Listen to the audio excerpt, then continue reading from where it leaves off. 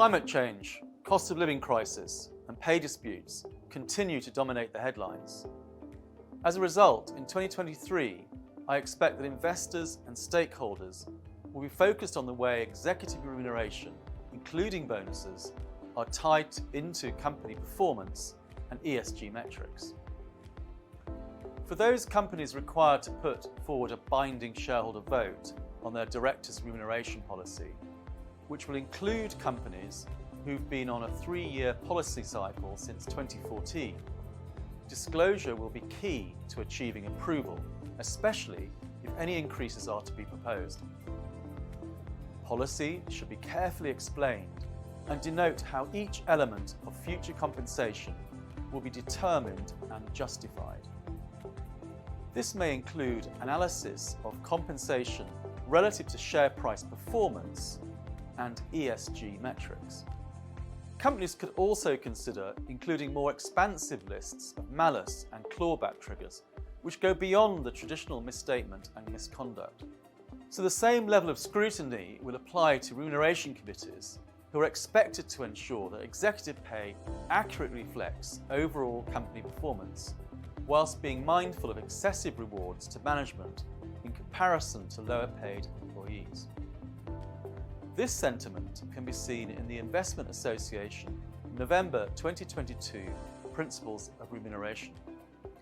This emphasises that shareholders continue to expect RemCos to balance rewarding management performance whilst being considerate of the experiences many individual stakeholders, in particular employees, are facing during a pandemic recovery and cost of living crisis.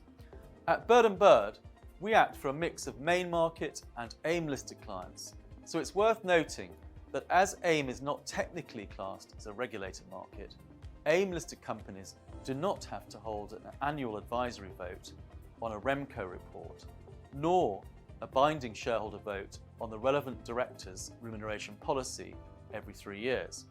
Nonetheless, when we sampled a number of companies, including the FTSE AIM UK 50 index, we found that over 80% of the companies included a RemCo report in their annual report, had adopted a director's remuneration policy, and the majority of them had sought approval of the remuneration report at the latest AGM.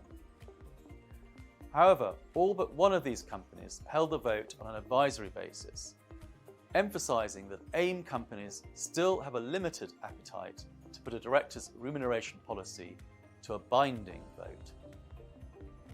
Finally, it's also worth mentioning that the number of FTSE 100 companies incorporating ESG measures into executive incentive plans is now at 90% and still expected to increase. We expect this trend to continue and that smaller listed companies will gradually follow suit. Thank you.